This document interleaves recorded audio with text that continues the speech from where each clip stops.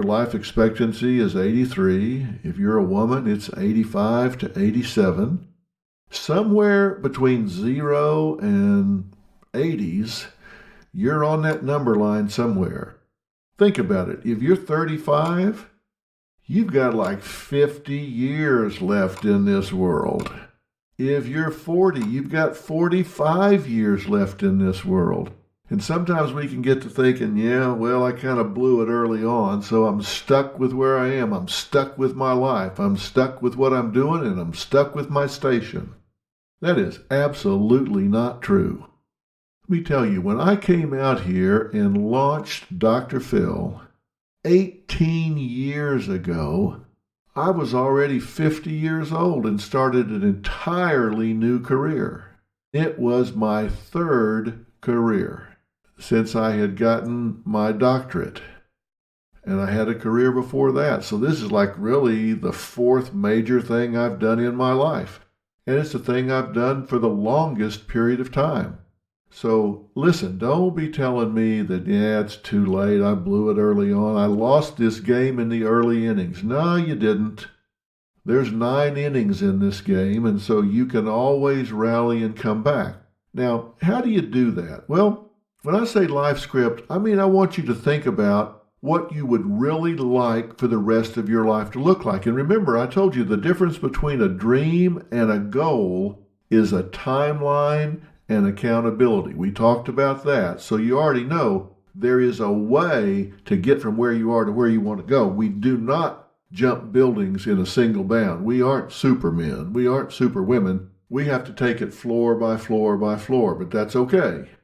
And you've also heard me say that time's going to go by. That's the one thing you can't stop. Think about this. The rest of your life is going to go by whether you're doing something about it or not. Now, we're here in 2019 right now, and we're sitting here in October. So, there's just like 10 weeks left in this year. And then you're going to be in 2020. Think about that. It's a whole new decade you're starting. And that decade is going to go by whether you're doing something about your life or not. First year is going to go by, second year, third year, fourth year, fifth year. And I am a strong believer that small changes aggregate. They add up into big differences across time. But where do you want to be at the end of 2020? Where do you want to be at the end of 2021, 22, 23, 24? DR.PHIL is renewed through 2023. So I am thinking ahead. I know what I'm going to be doing in 2020, 2021, 2022, 2023. I'm going to be doing DR.PHIL. You know why? Because that's my life script. That's what I want to do.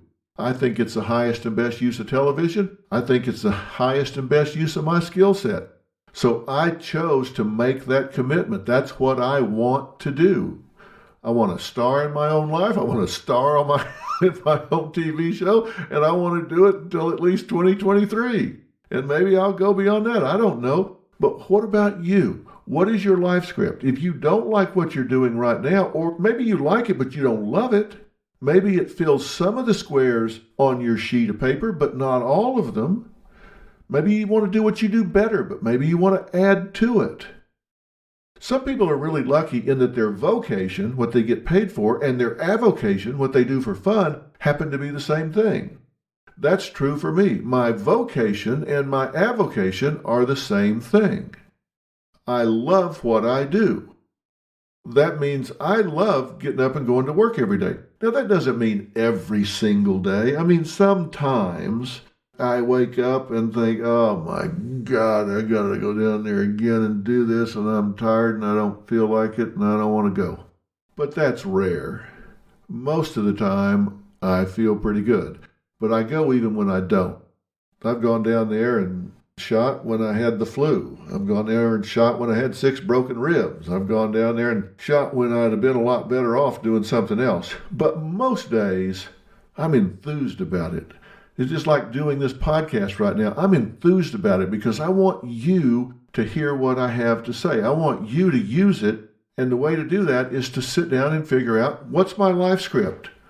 What do I want my life to look like? And don't be a victim. You're not stuck.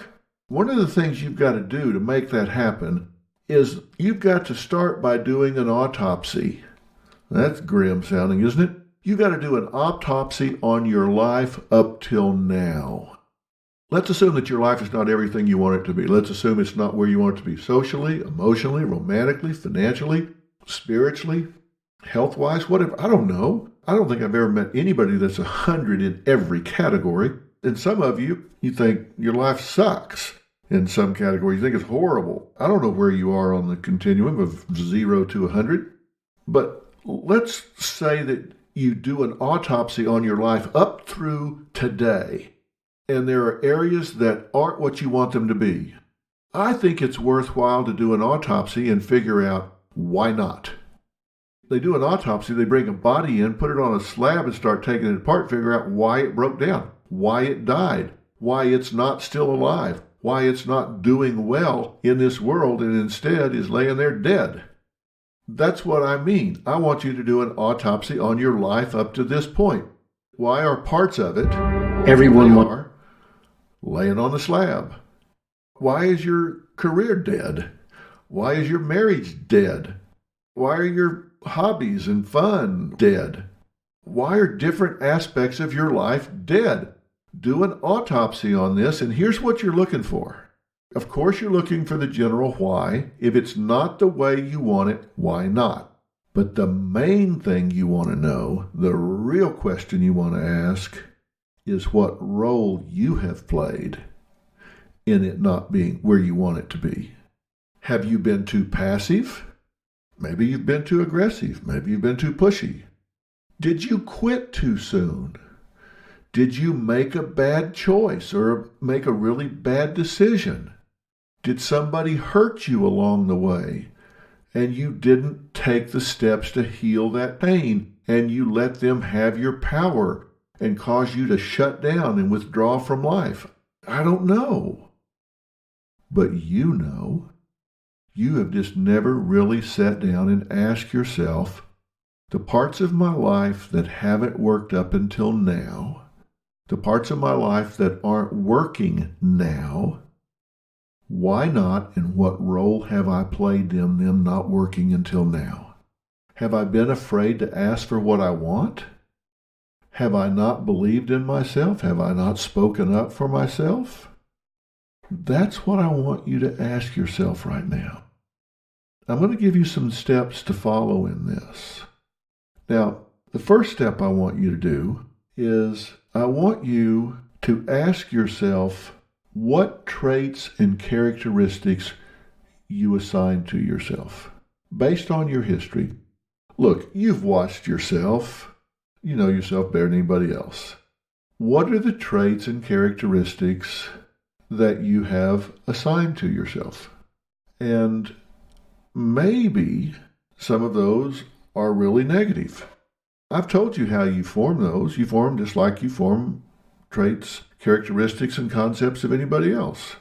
If there's somebody at the office that you think's a real brown nose, or you've got some friend that you think's a real two-faced gossip, or you've got some friend that you think is the most buttoned up, loyal, solid person you've ever met, why do you think you have those opinions of them?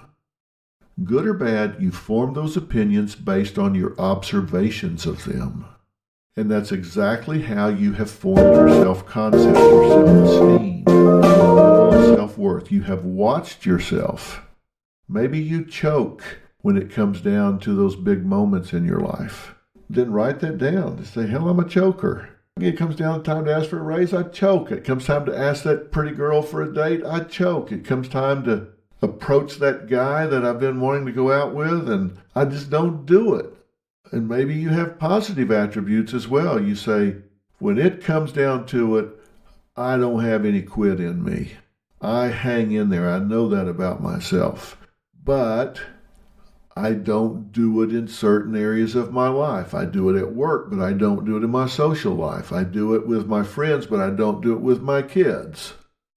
I want you to ask yourself, what attributes, traits, and characteristics have contributed to what's working and what's not working in your life?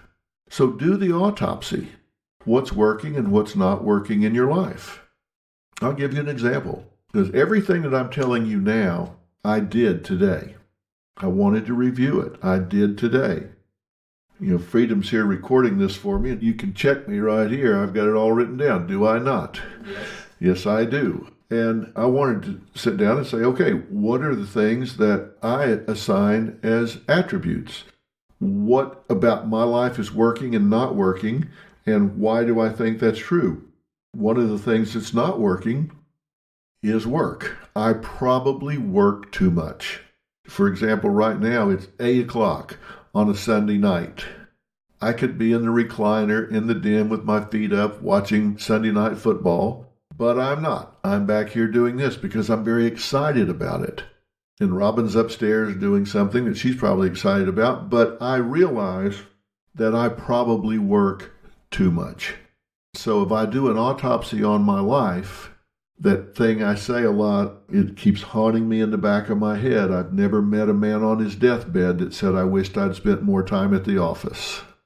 Never met a man on his deathbed said, I wished I'd have spent more time working.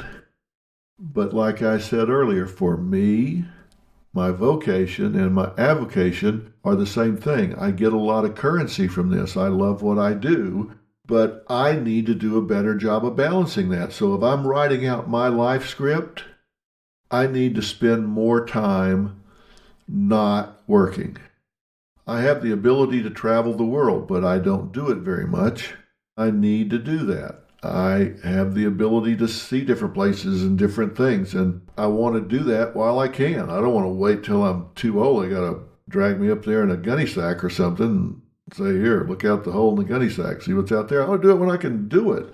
And so I realize if I write my life script, I need to relax more and find joy in some other sorts of things. So in my self-attribution, I'm a real hard worker. When I get a hold of something, I'm like a dog with a bone. Man, I don't turn loose of it. But you can do that too much, and I think I do it too much. So as I do my autopsy, I recognize that, and that maybe it's time for me to reassess that and make a change. When I do my self-attribution list, I recognize I have a very cerebral approach to life. I'm much more cerebral in the way I approach the world and all the people in it than I am heartsy or emotional. That doesn't mean I'm not emotional. I'm just a lot more cerebral than I am feeling-based.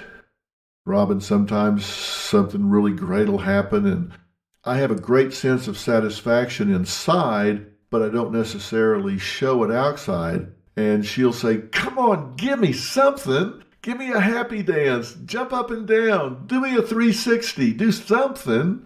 Like throw caution to the wind and break into a smile. And I'm like, no, seriously, I'm happy. I really am. I'm really happy. And I have this great sense of satisfaction and fulfillment inside. But I'm not somebody that's going to run down the street with my arms over my head going, woo! I'm thrilled to death. That's not me. I realize that's just the way I approach things, and it works for me. You always hear me ask people, so how's that working for you? Well, how's that working for me? It's working for me pretty well. So do I need to bounce it out a little more? Yeah, probably so. But on the other hand, it's working for me. My family's happy. My family's healthy. I get along with my wife. I get along with my boys. I think I've had a relative degree of success in my life. I'm in good health. I'm not depressed or anxious. I mean, it works for me. It's my comfort zone. I like it. I like to be intellectually challenged. So that would be an attribute that I would want to keep in my life script. So those are the kind of things I want you to look at. Is there something you do too much of or not enough of? Or the things that you just absolutely have to change? If you're a drug addict, stop. If you're an alcoholic, stop. If you're a rageaholic, stop. If you're disloyal and a backbiting, two-faced backstabber, stop. I had to clean that up a little bit. Stop doing those things. Stop self-destructing. There's some things you just absolutely want to stop. If you're a bleeding heart liberal and that works for you, embrace it. Do it if that's what makes you happy. Do what works for you. You guys have probably heard me say many times, my dad used to say, and that's not just an intro or a lead-in for me. My dad used to say a lot of things to me as we were growing up. He was an alcoholic, but when he was sober, he was pretty insightful. And I heard him say to me one time, I was talking about kind of being in a bad situation, and he said, boy, you need to spend 5% of your time deciding whether the deal you've got is good or bad, and 95% of your time deciding what you're going to do about it. And that was really good advice that I took at a pretty young age. 5% of your time deciding whether what you've got, the hand you've been dealt, the situation you have in life. Okay, take 5% of your time, decide whether it's good or bad, fair or unfair, right or wrong, but then spend the rest of your time, the other 95% of your time, saying, what am I going to do about it? Because really, that's where your power lies, right? It lies in what you're going to do about it. So I want you to do an autopsy and figure out, okay, how did I get here? And if you spend too much of your time saying, so-and-so cheated me, so-and-so jerked me around, then you got your victim hat on too much. Because what I want you to focus on is what's your role in it. What did you do to get you there? You know, every time I talk to a couple that's getting ready to get married and it's their second or third marriage, I say, have you done a relationship autopsy? Have you gone back to the one that failed and figure out what you did to contribute to it failing? And if you haven't figured out what you contributed to the last one falling apart, you're not ready to get into another one. And you may say, well, but he was a jerk. That's the problem. He was a jerk. Well, okay. What did you own about that? You picked him. At least that. You picked him. You have to have some ownership in it. You have to figure out what it is you did that caused something to run off the road before you write this life script, because you don't want to take those things that got you where you don't want to be and carry them forward trying to get where you want to go. Like I said before, I'm a pilot. If I got in the airplane and took off and just as I was climbing out, I crashed, if I lived and I got a ride back to the airport and got another airplane, took off and crashed, and I lived, and I got a ride back to the airport and got another airplane, don't you think somebody'd say, hey, wait a minute there, Phil. Why are you crashing? I don't know. Get out of the way. Whoa, wait a minute. Don't you think you ought to figure out why you're crashing before you take off again? If I can't figure that out, then somewhere a village is missing its idiot. I need to figure out why I'm crashing before I take off again, right? And I'm asking you to take off again in your life. I'm asking you to relaunch here. Let's go rolling down the runway. But if you haven't got exactly what you want so far, then you need to figure out what you did. And you can say, well, it was a crummy airplane. Well, it's bad weather. Well, I picked a crummy airplane. I took off in bad weather. Somehow or another, you own how you got where you are. And don't be in denial about that. Don't blame everybody else, because you have ownership. Figure out what it is so you don't repeat the mistakes you've made in the past. And then you have got to play the what do you want game. You've got to ask yourself, what do you really, really want? And when I say, what do you really, really want? There's a circular game you can play here. And it's got 3 questions to it. Question number 1, what do you want? Well, I want to be financially secure. Okay. How would that make you feel? Well, I would be thrilled. Okay, so what you really want is to feel thrilled. What are you willing to do to be thrilled about your life? Well, I'm willing to work harder. I haven't been applying myself enough. I'm willing to work harder. Okay, and if you worked harder, how would that make you feel? Well, I wouldn't be so frustrated with myself. I'd be more self-satisfied. Okay, so what you really want is to be self-satisfied. What are you willing to do to make yourself be more self-satisfied? I think I'm willing to hold myself more accountable than I have in the past, because I let myself get away with being lazy in the past, and I'm not going to do that anymore. Okay, so you see the circle. All right, so you're not going to be so lazy anymore, so you're going to work harder. How's that going to make you feel? Well, maybe for the first time in a long time, I'm going to be proud of myself. So what you really want is to be proud of yourself. Doesn't have anything to do with money. You want to be proud of yourself. You want to be proud of what you do. You want to be proud of what you achieve. And that doesn't have a number attached to it. You want the experience that you think money will bring you. And you know what? You may be exactly right. Everybody says money won't buy you happiness. Well, yeah, maybe not, but you can afford to go where it is. If you've got money, what's wrong with that? There's nothing wrong with having money, but you need to understand why it's important to you. It's not just important to you because you can buy a red Mercedes convertible. What's important to you is how you feel when you're driving that red Mercedes convertible. You feel accomplished. You feel proud. You feel like you've done something. You're looking for the feeling that things bring you, that money brings you, that a car brings you, that a job brings you, that acknowledgement from others bring you. There's currency that goes beyond the material, the money, the thing. So you have to decide, what is it you want? Right now, AAA members can get extra benefits from Sprint, including free AAA membership renewals for as long as you're a Sprint customer. Now, this offer is good until November 7th. To learn more or claim this deal, go to www.sprint.com/AAA-PHIL. That's www.sprint.com/AAA-PHIL.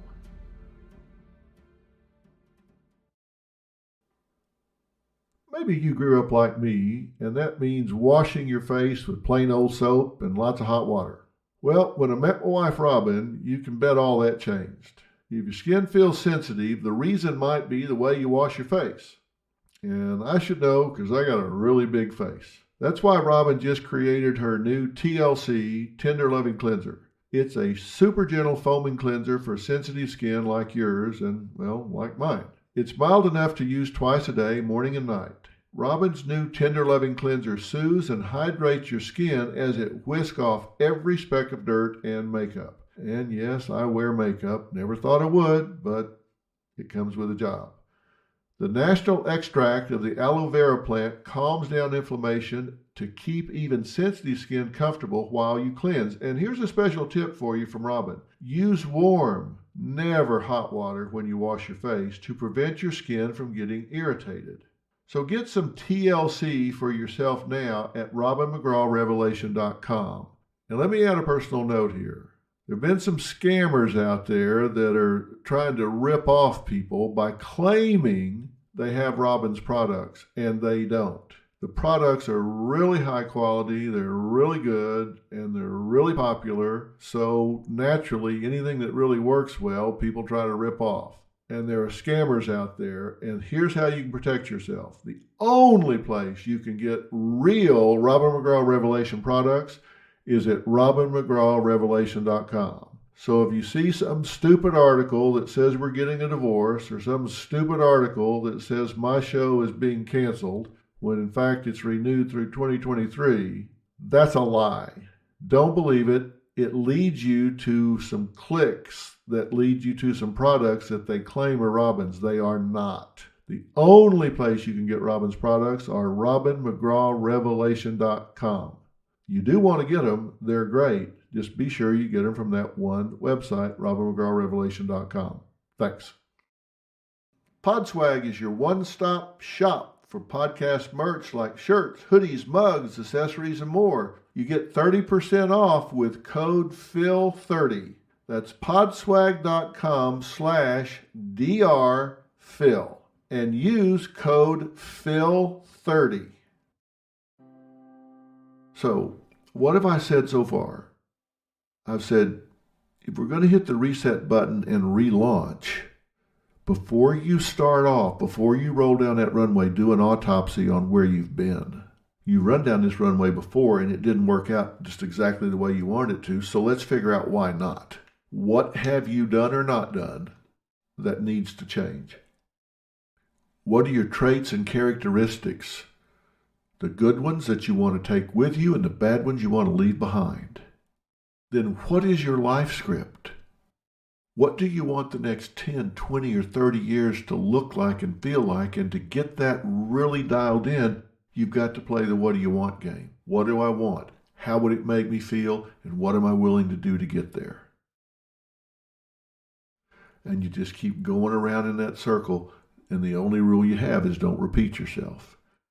And you will eventually lead yourself to what you really, really want. Now, you heard me talk last time we were together, last Tuesday. You heard me say that you have to shake it up to break it up. If you're going to relaunch, I told you, change everything you can so it feels like a new day. It feels like a fresh day. It feels like something completely different.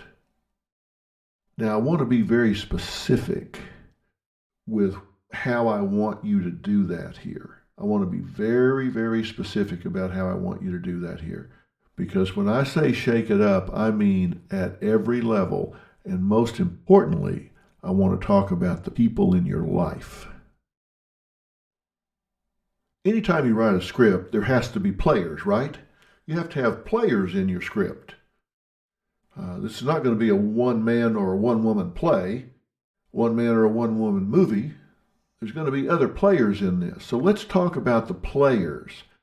And I want you to make a list of the people in your life right now. You got a pause button there, so let me finish, and then you can hit the pause button for a minute. I want you to make a list of the people in your life. Now, you can go back historically and make a list of the people that maybe you don't see all that often, but they're still an impact in your life. You can make a list of the people in your social life, in your romantic life, in your church life, in your work life, in your neighborhood. Maybe you're involved in school for your kids or what. Just make a list of the people, and maybe you can break them down by categories. That makes it easier. But make a list of the people in your life and take some time to do it. This might include your in-laws, your siblings, your parents, neighbors, just the people in your life. So hit pause and make the list. Okay, welcome back. You got that list in front of you. Now, there are a lot of different ways you can categorize and break people down. I always hate when people say, there's two kinds of people in this world. There's a million kinds of people in this world, but it helps to break them down into groups sometime, doesn't it? And one of the ways I like to break people into groups is in real fundamental ways. And one of the fundamental ways is when I look at the people in my life, there are givers and there are takers. Now think about that. There are people in your life that are givers. They're always ready to help out if help is needed. They're ready to support you if necessary. Lend a helping hand if you need an extra hand, like maybe you're really scrambling around to cover everything, take care of your kids, you got a party you're going to throw or something, backyard barbecue or whatever. Hey, what can I bring? How can I help? Whatever. Maybe there's been a death in your family, and so they're around saying, hey, what can I do? How can I help here? Maybe you're going to have to go to the doctor or the dentist and you need a ride because you're going to be a little dopey afterwards or something. Hey, no problem. Let me what time? I'll take you, pick you up. But there's people that are givers. And then there are people that are takers. Now think about it. The only people they ever want to talk about are them. The only thing you ever do is for them. They're willing to let you do anything in the world for them. They never reciprocate. They will whine to you. They will suck you dry of every ounce of life energy you can muster. They will come over when you're having a perfectly good day and sit there and bitch and whine and moan and suck you dry till you just want to scream. They will borrow money. They will, whatever. They're just takers, mentally, emotionally, energy-wise, financially, time-wise. They just have no empathy, no sense of the impact of what they're doing or not doing on your life. They are takers. Split your group up that way. Who are givers and who are takers? That's a real fundamental way in your life to divide your people up. Now, there are other ways. You can say who's toxic and who's not, who's honest and who's dishonest, who's loyal, who's disloyal. But it's a real fundamental way to just say who's a giver and who's a taker, who contributes to my life and who sucks me dry. And those people who go on the suck me dry list, those people who are on the taker list, you need to hit the eject button on those folks. Because let me tell you, you got a finite